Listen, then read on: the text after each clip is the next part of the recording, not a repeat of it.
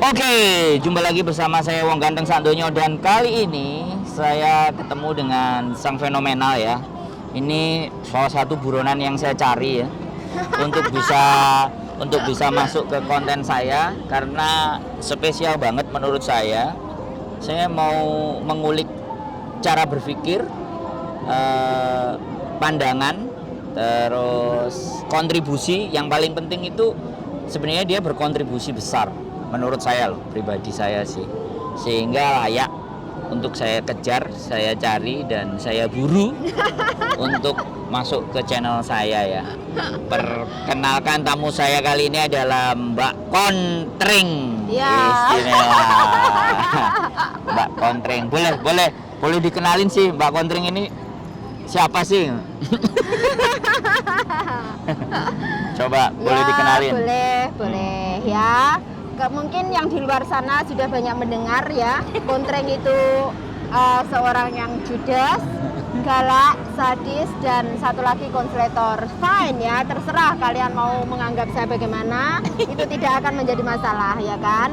Yang pasti ya begitulah saya adanya. Kalau kalian mencari saya untuk konsultasi atau mungkin sekedar curhat atau apa, saya akan siap menerimanya. Tapi kalau Anda hanya mencari saya untuk mengeluh, nah di sini beda lagi.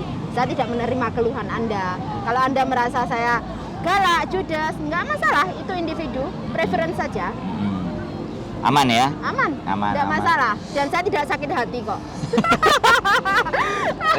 Wis disiapno ya? Ya, saya nggak sakit hati. Jangan khawatir. Justru yang saya takutkan. Kalian yang sakit hati. Ya, jadi kalian yang menelpon saya, kenapa saya diusahakan satu, siapkan jantung atau hati serepan, karena mereka BPJS tidak menanggungnya.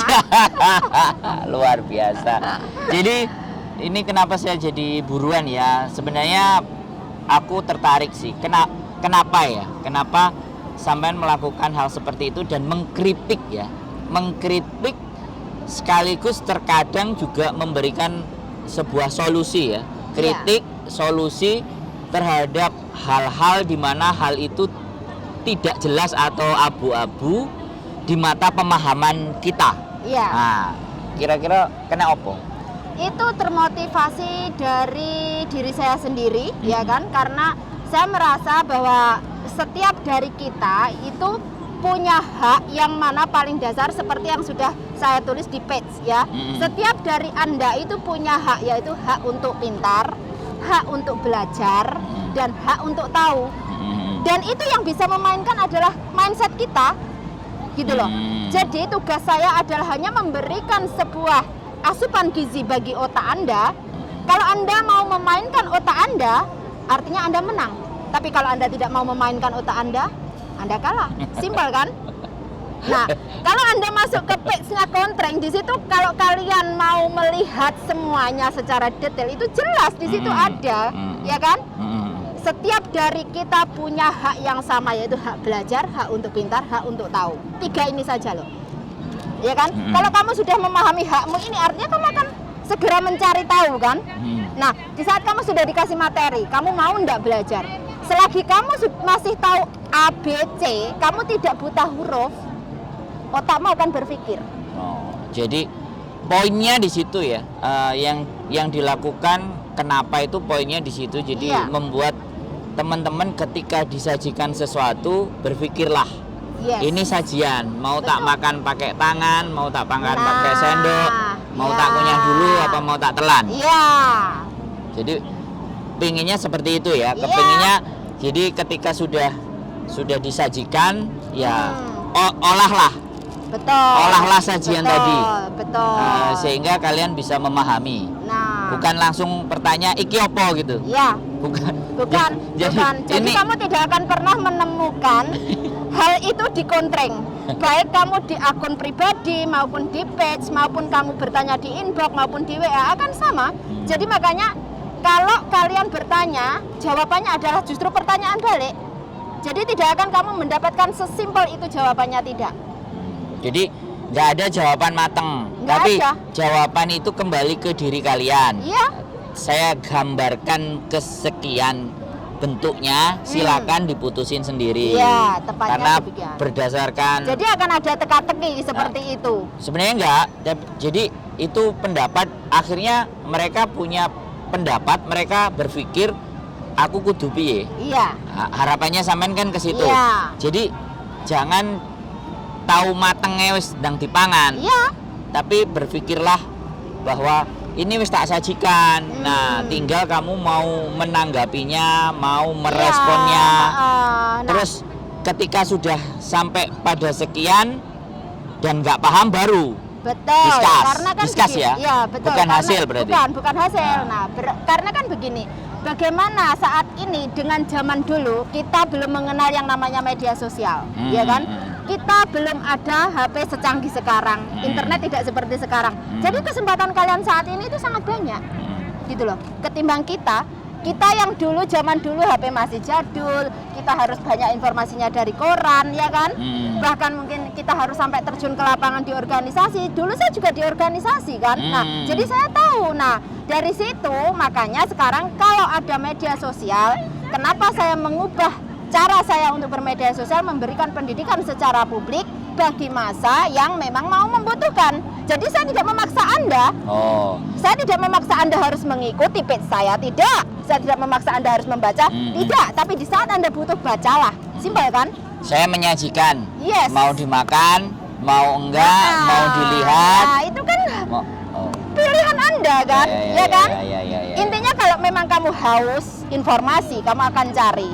Bisa jadi solusi. Iya. Bisa jadi solusi. Bisa jadi tapi solusi, bisa jadi materi. bisa jadi solusi, bisa jadi materi, bisa jadi bahan. Bisa jadi juga pengetahuan. Harapannya seperti itu ya. Iya. Nah, tapi kan gini nih, kebanyakan saya tidak diskredit ya.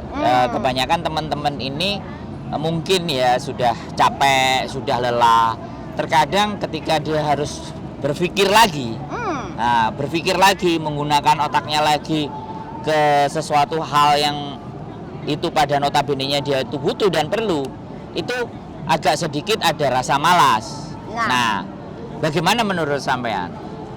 Begini ya, karena kan ada beberapa bahwa seseorang, setiap individu itu kan begini, di saat dia mengalami stres di dalam pekerjaannya, dia sudah capek, dia sudah nggak ada waktu untuk berpikir. Nah, di saat seperti itu dia akan lebih memilih cara instan. Itu masih bisa saya terima. Pertama, dia akan curhat dulu masalahnya apa, dan saya akan mencoba mengerti. Berikutnya, itu jawaban saya simpel, Mbak, kamu nggak usah saya jelaskan lewat telepon. Kalau kamu libur cari saya, itu jawaban saya. Karena alasannya adalah saat itu on the phone, besar kemungkinan meskipun saya jelaskan sedetail apapun, kamu tidak akan masuk. Jadi saat mereka berbicara dengan saya, misal menelpon saya dan saya menelpon dia, saya sudah tahu kondisinya, oh begini. Jadi itu jelas seperti itu. Jadi saya tahu kondisi dia seperti apa, saya usahakan. Kalau sudah saya jelaskan lagi 1 kali, 2 kali, 3 kali tetap tidak masuk, gini aja, kamu libur cari saya, kapan kamu bisa, jam berapa saja, selesai. Ya. Jadi secara psikologi pada saat ngobrol Itu sudah dia tahu. hanya kita hanya mendengar toh, tapi belum akan memberikan solusi. Belum akan memberikan Karena solusi. ketika kita kasih solusi pun belum tentu dia Belum bisa tentu. berpikir dengan Iya, jernih karena posisinya capek. It's okay, fine. Nah, ini ha. catatan penting buat teman-teman, sudah sedikit. Tapi ya tidak boleh ya, terus akhirnya kalian pura-pura capek, itu Ya, beda lagi. enggak sedikit sedikit terkuak kan. Iya. Artinya kan enggak sesaklek apa yang ada di tulisan toh. Enggak. Nah, karena pernah itu tahun 2000 berapa ya? 2014 di mana job hopping baru dimulai. 2000? 14 job hopping baru dimulai. Itu Oh. ada seorang ibu-ibu usianya kalau nggak salah sudah 40 lebih. Beliau WhatsApp itu aja nggak tahu, nggak bisa, dia nggak begitu pintar, ya. Nah, sampai kalau aku memang gila beneran, wis tak marahin tentean kan? Tidak, tetap tak arahkan. Masih- Pun tak arahkan, dia nggak mendengarkan arahan saya. Tak bilang, Bu, jenengan pulang ke Indonesia, nunggunya di Indonesia, nanti visanya paling 3 minggu turun. Tapi kalau jenengan ikut agen ke Makau, besar kemungkinan visa tidak turun. Apa yang terjadi? Kurang 1 hari OS visa nggak bisa turun, dia berada di Makau. Saya jawab apa? Bu, kemarin saya sarannya bagaimana? Suruh pulang. Sekarang ibu ada di mana? Di Makau. Ya sudah, cari kerja di Makau kalau bisa, kalau enggak ya pulang ke Indonesia. Itu jawaban saya. Dan saya tidak marah ataupun membentak beliau. No. Itu telepon ya? Telepon. Karena beliau nggak bisa WA untuk nulis itu nggak bisa. Jadi pada prinsipnya case per case ya. Sampean itu melihat ketika mereka curhat itu case-nya sejauh mana? Apakah ini segera perlu ditolong? Apakah ini si ringan naik tapi dia rasa-rasa males? Apa wis dalem banget karena kelalaian atau ketidaktahuan? Berarti dipilah-pilah. Jadi tidak selalu. Catatan guys, catatan itu, guys. tidak. Ini akhirnya kebuka semua catatan bahwa perlahan-lahan kita akan mencoba. Waalaikumsalam. Jadi perlahan-lahan kita mencoba mengupas dikit per dikit ya. Jadi karena kalau di tulisan itu kan menimbulkan asumsi yang berbeda ya. Tergantung kalian membacanya. Ya, makanya akan menimbulkan asumsi dan persepsi yang berbeda-beda. Betul. Makanya saya tidak mau mempersepsikan hanya dengan sebatas tulisan. Saya mau ngajak ngomong, makanya tak buru. Jadi ketika sudah ngomong, nah ketemu halnya di sini. Nah, itu konsen ya. Sampean melakukan hal semacam ini, konseling. Kadang itu kan bisa saya sebut sebagai sebuah konseling ya, memberikan bentuk pemahaman kepada mereka. Sejak kapan sampean melakukan itu? Kalau dibilang sejak kapan, sebenarnya malah sejak 2010. 2010 ya, sudah dimulai ya itu. Akhirnya saya masuk IMU resmi, saya di IMU lalu sejak 2010 memang sudah masuk di IMU. Kemudian online, saat itu offline kan kita di lapangan. Main kan? Langsung, on the spot. Terus mulai mempublikasikan nomor itu 2015. 2015 ya, 2015 saya mulai mempublikasikan nomor, terus saya di lapangan, terus 2016 saya sudah mengundurkan diri resmi dari IMU karena memang tujuan saya lebih menjangkau ke publik secara luas melalui media sosial atas nama saya pribadi. Jadi saya tidak ada beban dengan embel-embel organisasi atau apa, karena saya juga tahu bahwa di saat Anda sudah masuk di organisasi artinya Anda komitmen, Anda harus merespek apapun aturan internal dari satu organisasi. Dan saya tidak ada masalah apapun dengan organisasi saya sebelumnya, semua is totally fine. Jadi kalau di luar sana banyak kemarin ya cerita yang bilang dia itu dikeluarkan dari organisasinya. Sekarang saya jelaskan, tidak ada istilahnya saya dikeluarkan, tapi saya memang mengundurkan diri resmi atas kemauan saya sendiri dan secara sadar dan disetujui ya. Dan itu tidak ada masalah baik secara personal maupun dengan organisasi. Selama ini meskipun kalau ada teman-teman baru yang memang ingin belajar secara langsung, saya tetap merekomendasikan untuk IMU. Kesana, organisasi, silakan. Ya, karena IMU adalah satu-satunya serikat buruh di Hong Kong yang mana diakui dan terdaftar. Jadi kalau kalian memang ingin belajar, meskipun tidak menjadi anggota, tidak ada masalah, mereka welcome. Kalau kalian mau menjadi anggota, justru sangat bagus menurut saya, gitu loh. Itu nilai plus, ya kan? Kalian bisa berbaur, kalian bisa memahami bagaimana kalian berorganisasi, kalian bisa memahami bagaimana bercampur dengan orang banyak, bagaimana kalian berada di dalam satu lingkaran, ya kan? Bagaimana kalian bisa berdealing dengan emosional kalian, personal kalian, dan masalah kalian yang ada di dalam rumah majikan. Disitulah pembentukan karakter Anda. Tapi digarisbawahi ada aturan. Iya, nah jadi kalau kamu sudah tahu di situ, kamu paham komitmennya, artinya kamu harus tahu. Nah, kalau kalian tahu, kok bisa saya sampai sekarang ini? Cikal bakalnya ya dari IMU, justru saya berada di IMU, disitulah menjadikan karakter saya yang seperti ini. Ya kan? Karena, saya punya benefit, seperti itu loh.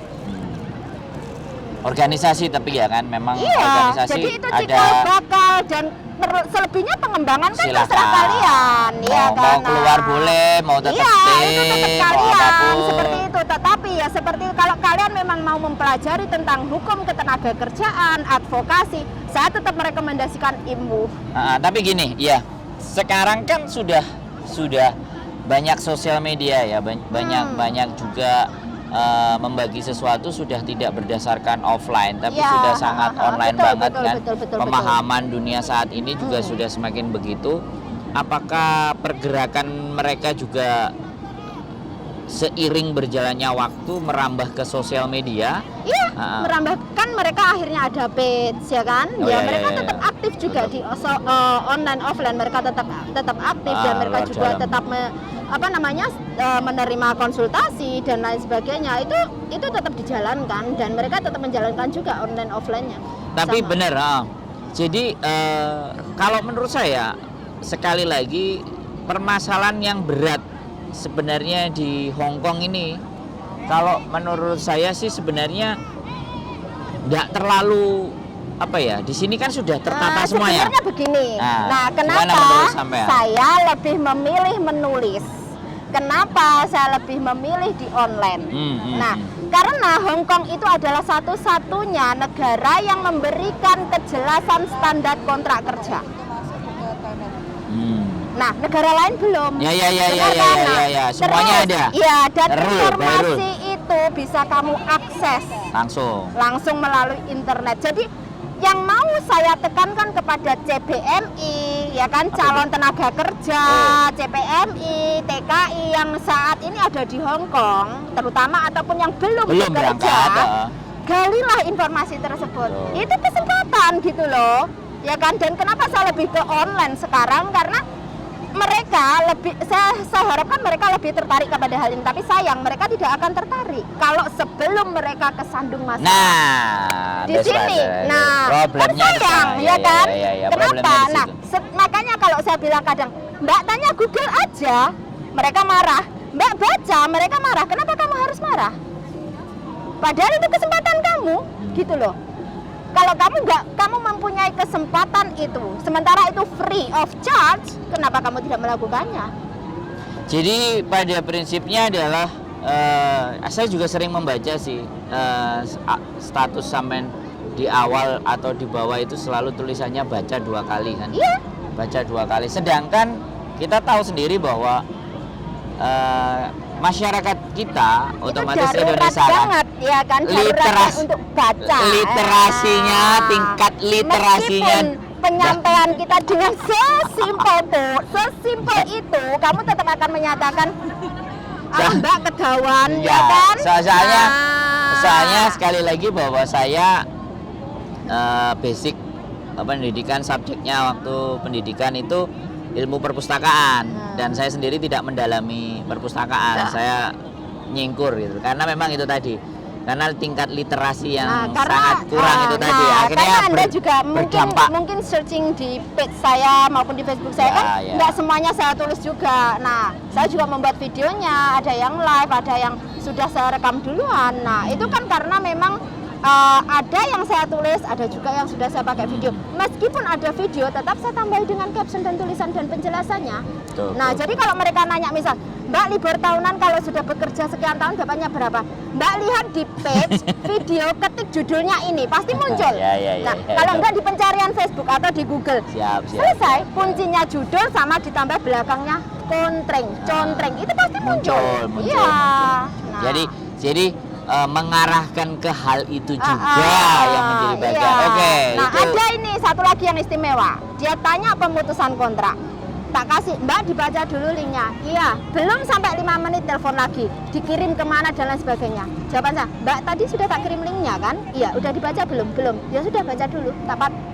Sudah. HP pun saya matikan. Dia telepon lagi, tidak akan saya angkat. Itu saya. Jadi maksud saya adalah baca dulu di situ semuanya, dari bagaimana penulisan, alasannya, kamu boleh tulis sendiri, cara kirimnya bagaimana, itu ada semua, sampai alamatnya ada semua, nomor faxnya ada semua. Tinggal kamu mau jeli baca apa tidak. Yes. Ya kan? Right. Nah. Benar. Masuk sudah sangat gamblang. Jadi saya nggak mempersepsikan tulisan lagi karena saya sudah ngomong sama manusianya. Sebenarnya dari tulisan pun sudah dibaca karena saya kembali lagi tidak tertarik ke dalam bahasanya, saya tertarik ke cara berpikirnya.